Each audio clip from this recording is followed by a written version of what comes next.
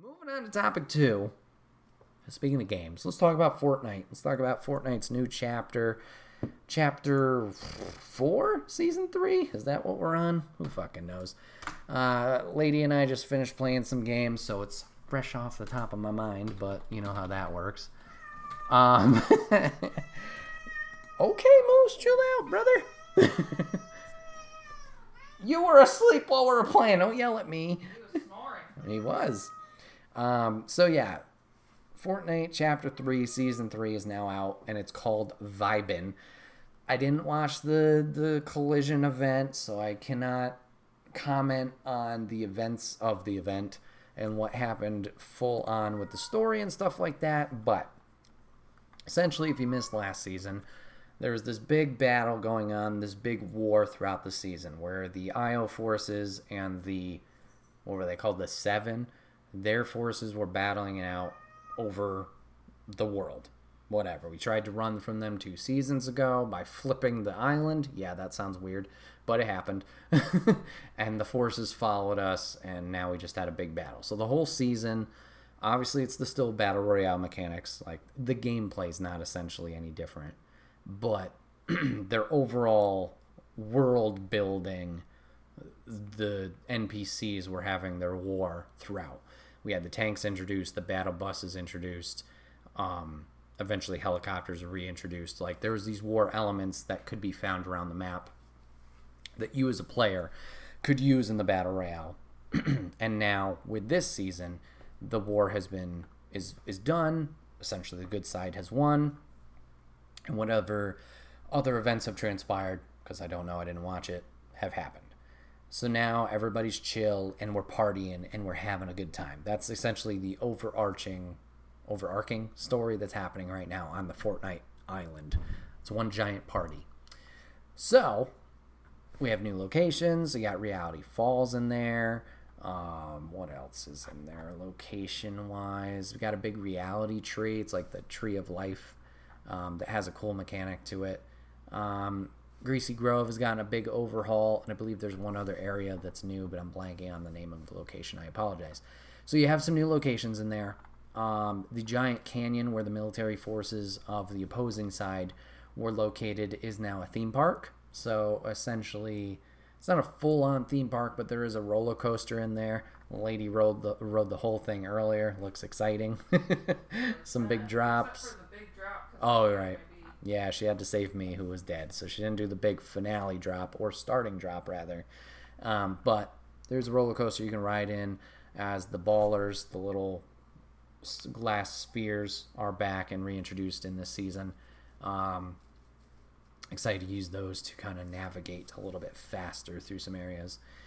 And then circling back to the reality tree. So what happened is, along with everybody partying, there's like this mythical energy forest that has been introduced in the map. And this reality tree throughout the rest of the map will spawn these flowers, or these smaller plants, essentially. And what they do is they allow for you to loot them by opening and collecting the fruit off of them. They'll drop guns, they'll drop shields, med kits, and sometimes saplings. Now, I don't know how much you guys know about last season in Fortnite. I think it was last season, maybe it's 2 seasons ago, but they introduced the camping set, or the tent mechanic. And what the tent was, it was something you could either place on the ground or something you could carry along with you. And when you placed it on the ground, it was essentially like extra storage that you could use. You could put guns in there, any health items in there that you wanted to, and you could access them as long as the tent was placed on the ground. You could swap out. Another thing you could do with the tent is you could heal yourself. So if the tent was set up, if you wanted to get into it, you could climb into the tent and you could recover your health from a fight or just a fall, whatever it is. You could pick up the tent, you could travel with it, and bring it along with you in the battle. So when this first happened, our thoughts as players, Lady and I, we were wondering if the tents followed you from match to match. So essentially, could you like set yourself up for success in a recurring match if you decide to keep playing. And it seemed like that was the case. So we tested out. You would throw a tent down. It would say this tent belongs to Enigma 9011. Okay, great. And I think when we tried it in the subsequent match, the tent where we dropped it, we would go to the same location, was not there for some reason. But you could find tents from other players. So this was somebody's tent, this was somebody's tent. You'd have to take it over, and you can see items inside of it sometimes. So, didn't really make full sense, at least for what we kind of picked up on what the tent's purpose was supposed to be.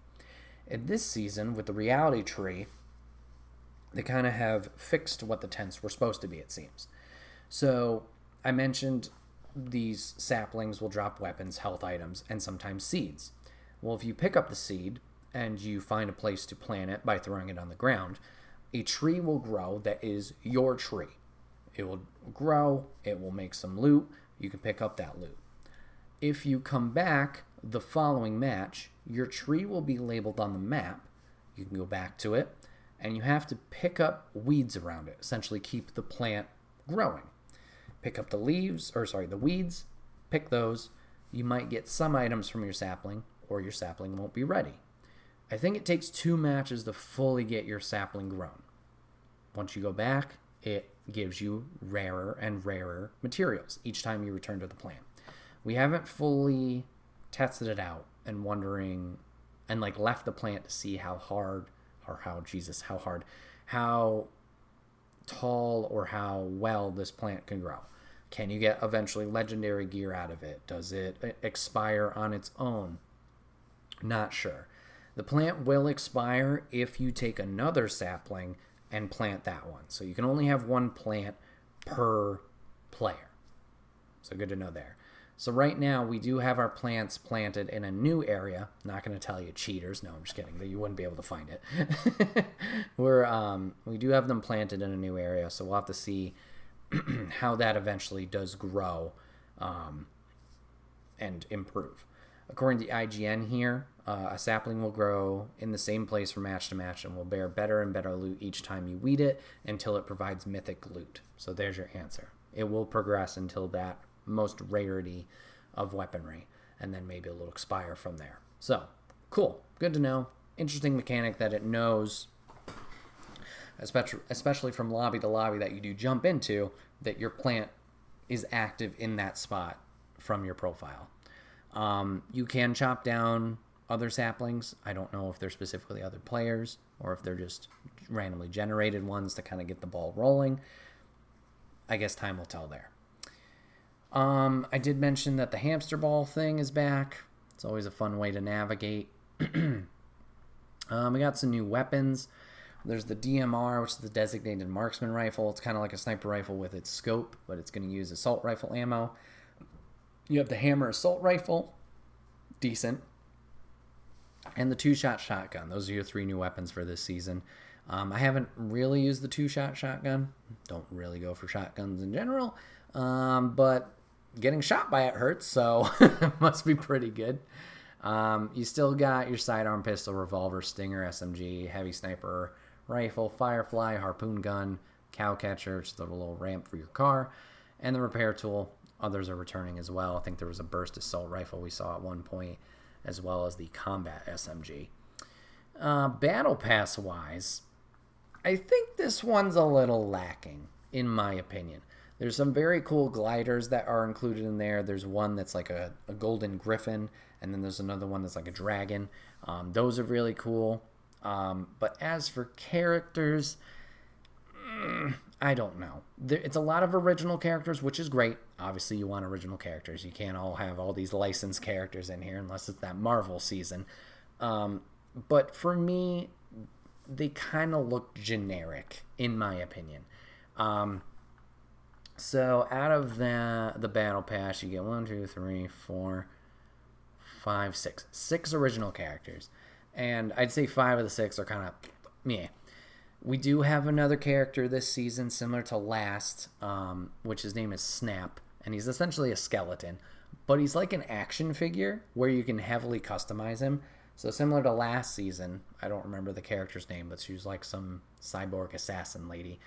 you could collect like Omni chips throughout the season, and you'd be able to customize your like pickaxe with her. You could use it for any character, but it was like tied into her whole gimmick and look. And you get different blade shapes, colors, hilts, sounds, effects with it. And Snap appears to be a character that's very similar to this. As of right now, there's like you customize his head, his arms, his legs, and I believe his torso. And right now they only have like the first top row revealed, but each section has maybe 3 or 4 rows in total. So I think I'm most excited for Snap out of the original characters, just to see what kind of customizations there are for him or her, them, when things eventually progress into the season. See what kind of fun combinations there are. It's kind of similar, once again, to the Alien season when the aliens invaded. That customization was another one that was crazy with heads and colors and skin tones and patterns and whatnot. Snap kind of fills that, so now we need to see what kind of creative characters that people can make.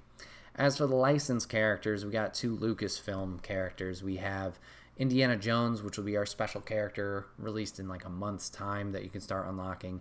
And then level 100 for the Battle Pass will be Darth Vader. So, tying into the Kenobi series, good for them. Meh, I don't really have any particular connections to Indiana Jones. I know a lot of people do. Vader will be neat, but I'm never going to use him. So, in my opinion, it's, it is what it is. Apparently, Vader's lightsaber may be a mythic unlockable, so that's kind of cool. But other than that, yeah. So yeah, excited for a new Fortnite season. It's always that point of like a refresh, because you have these new things to chase after for.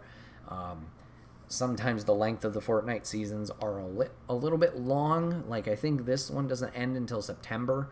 So from a challenge point of view, I get it. I think this past season, Lady and I, we did get to 100. I think we got to 120 this time. Kind of felt a little harder to get to that point. Maybe it was just the amount of time we were playing. I get it, with a 12-week span, this allows players to do it more leisurely and at their pace, instead of just like, you need to play every second of every minute of every day to get to level 100, you piece of shit. No, like, it's nice that they allow you this freedom to take your time, have a life outside of Fortnite, touch grass, do those things that are important. But sometimes, obviously, once you have gotten to a certain point, especially with your Battle Pass unlocks, and you're out of challenges, it's nice to have this refresh of like, okay, there's new things to do. And if you're in the last season for too long, it's like, I just don't care. And I get it. Go play something else. Duh. But it's just like, it's hard to get back into things once you take that absence. So it's a personal gripe. It does work out. It's just a little frustrating when it's like, holy shit, we still have another month of the season? Okie dokie, let's go. And I know they have the fancy skins and bonus unlockables afterwards, but those almost seem like too hard to require. There was one this past season, like Doctor Strange was the guest character, and he had some different color overlays. I was like, ooh, some of those look really good. I think it was the first one. It was like purple and gold, and it looked really cool. But I had to get like a level 140, and once you get past 100, just how they do the unlockables with the battle passes, you have to clear a whole page before you can move to the next one.